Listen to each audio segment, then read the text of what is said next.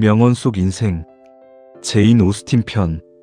세상에서 가장 행복한 삶을 사는 사람은 좋아하는 것을 잃거나 좋아하는 사람과 함께하는 사람이다. 시작합니다. 구독과 좋아요는 영상 제작에 큰 힘이 됩니다. 결혼에 대한 소설을 이렇게 시작한 작가가 있었습니다.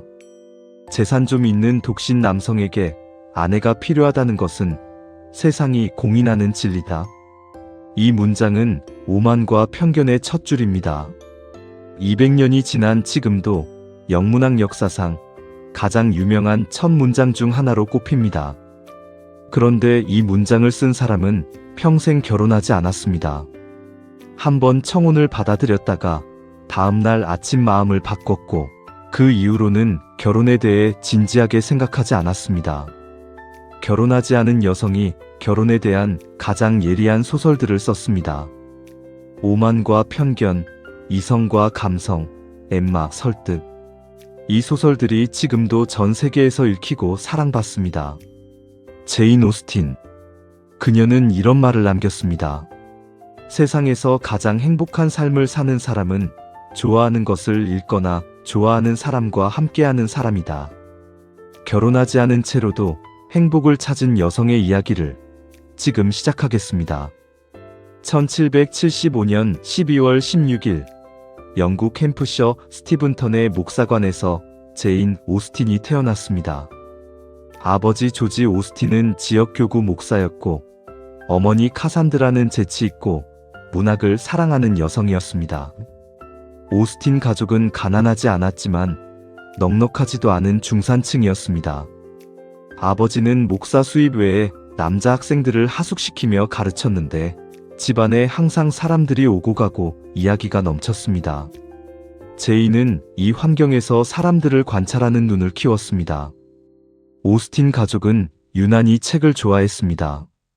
아버지의 서재에는 500권이 넘는 책이 있었고 가족들이 함께 소리내어 읽거나 글을 쓰는 것이 일상이었습니다. 제인은 12살부터 글을 쓰기 시작했는데 처음에는 주로 패러디와 희극이었습니다.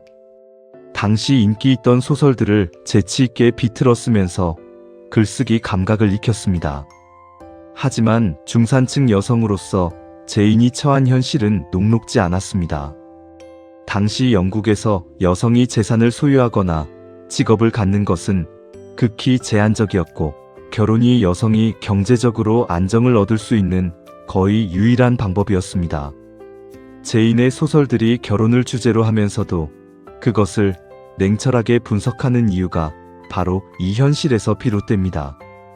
1795년 겨울 20살의 제인은 이웃집에 방문한 아일랜드 청년 톰 르프로이를 만났습니다.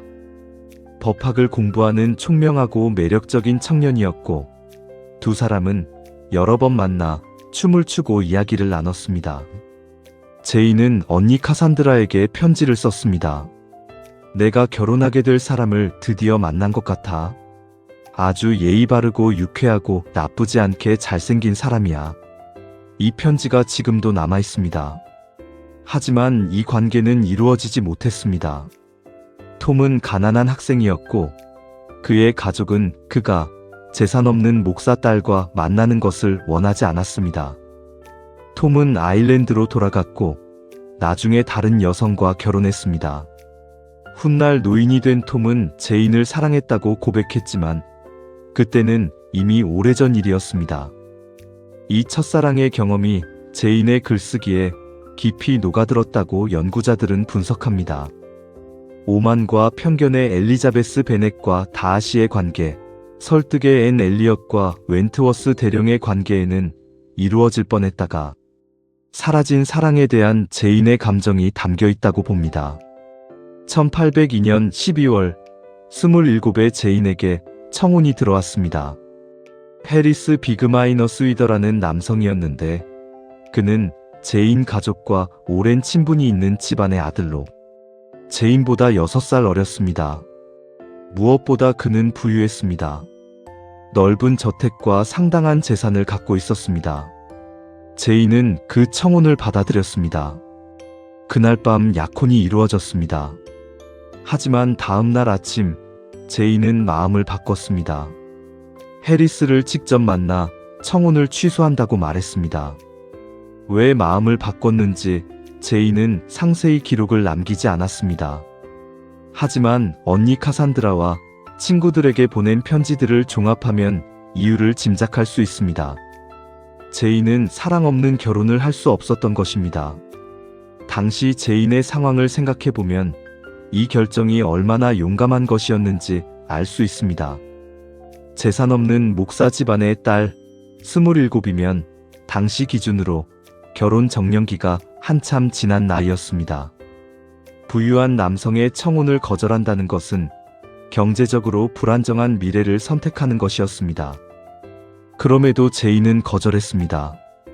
훗날 제인은 조카 페니에게 이런 편지를 썼습니다.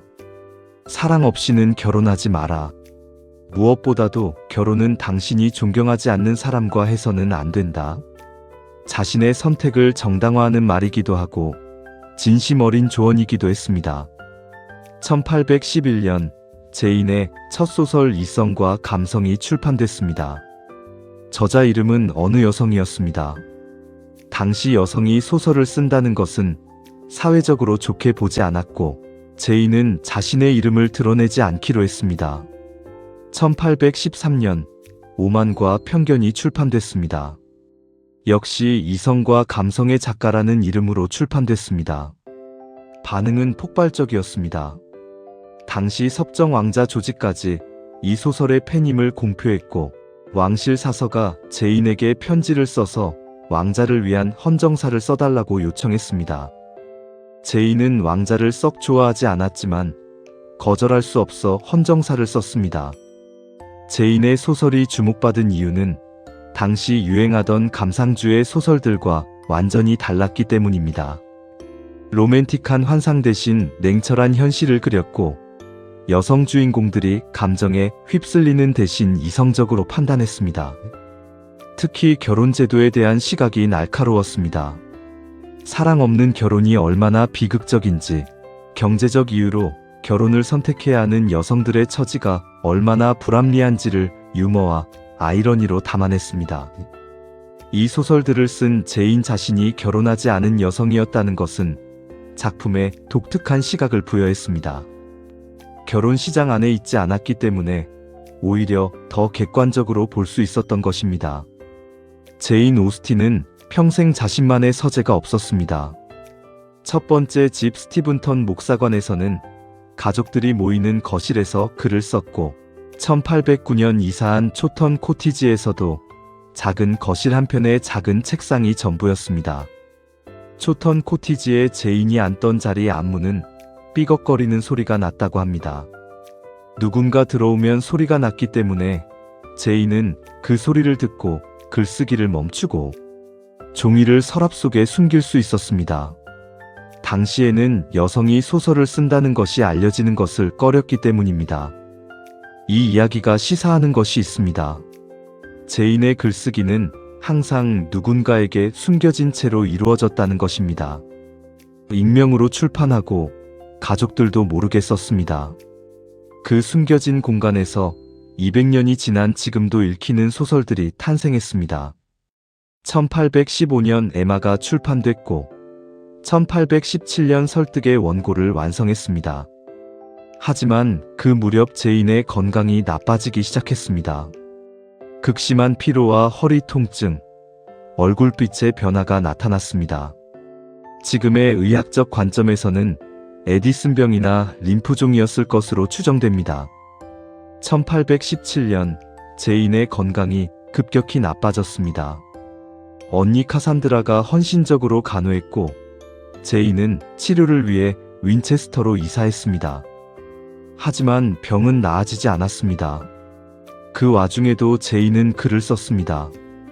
마지막으로 쓰고 있던 소설 샌디턴의 원고가 지금 남아있는데 12장을 쓴 뒤 멈춰 있습니다.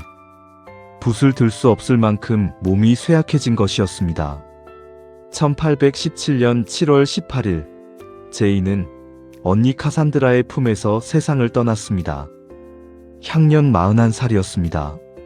마지막에 어떤 기도를 원하느냐는 질문에 이렇게 답했다고 전해집니다. 아무것도 바랄 게 없어. 하나님이 알아서 해주실 거야.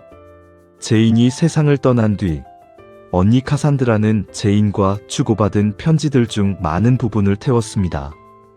너무 사적인 내용들이 세상에 알려지는 것을 원하지 않았기 때문입니다. 덕분에 제인의 내면 깊은 곳은 여전히 미스터리로 남아 있습니다. 설득은 제인이 세상을 떠난 뒤인 1817년 말에 출판됐습니다. 그리고 처음으로 저자 이름이 공개됐습니다. 제인 오스틴이라는 이름으로. 제인 오스틴은 이런 말을 남겼습니다. 세상에서 가장 행복한 삶을 사는 사람은 좋아하는 것을 잃거나 좋아하는 사람과 함께하는 사람이다. 이 말을 한 사람의 삶을 보면 제인이 그 행복을 어떻게 찾았는지 알 수 있습니다. 결혼하지 않았지만 책을 읽었고 사랑하는 가족과 함께했습니다. 그것으로 충분하다고 생각했습니다. 제인은 또 이런 말도 남겼습니다. 나는 정직이야말로 최고의 재치라고 생각한다. 그리고 소설에서 그것을 실천했습니다. 당시 여성 소설가들이 낭만적 환상을 그릴 때 제인은 냉철하게 현실을 그렸습니다. 그 정직함이 200년을 살아남은 것입니다. 그리고 제인은 이런 말도 했습니다. 흘러가는 시간을 아까워하지 마라. 그 시간이 당신을 만든다. 삶의 대부분을 시골 목사관에서 보내면서도 그 관찰과 글쓰기의 시간들이 결국 그녀를 만들었습니다. 제인 오스틴의 삶이 우리에게 주는 메시지는 간단하고 명확합니다. 세상이 기대하는 삶의 형태가 아니어도 자신이 사랑하는 것들 안에서 행복을 찾을 수 있다는 것입니다. 결혼이라는 틀 밖에서 결혼에 대한 가장 위대한 소설을 쓴 것처럼요. 제인 오스틴은 윈체스터 대성당에 묻혔습니다. 묘비에는 재능, 자애로움, 조기 교육, 그리고 특별히 기독교적인 원칙을 통해 마음을 풍요롭게 한 여성이라고 새겨져 있습니다. 처음에는 소설 작가라는 언급이 없었는데 나중에 추가됐습니다. 오늘날 제인 오스틴은 영국에서 가장 사랑받는 작가 중 한 명입니다. 영국 10파운드 지폐에 초상화가 실려 있고 초턴 코티지는 박물관이 됐습니다. 오만과 편견은 지금도 매년 새로운 언어로 번역되고 새로운 독자를 만납니다. 오늘 이야기를 마치며 한 가지만 생각해 보셨으면 합니다. 제인은 세상이 기대하는 삶, 당시 여성에게 주어진 역할을 거부했습니다. 그 대신 자신이 사랑하는 것을 선택했습니다. 그리고 그 선택이 200년 후에도 사람들에게 읽히는 작품들을 만들었습니다. 세상에서 가장 행복한 삶을 사는 사람은 좋아하는 것을 잃거나 좋아하는 사람과 함께하는 사람이다. 오늘 영상이 마음에 남으셨다면 구독과 좋아요 부탁드립니다.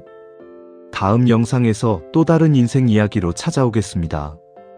명언 속 인생, 다음 이야기에서 만나겠습니다. 감사합니다.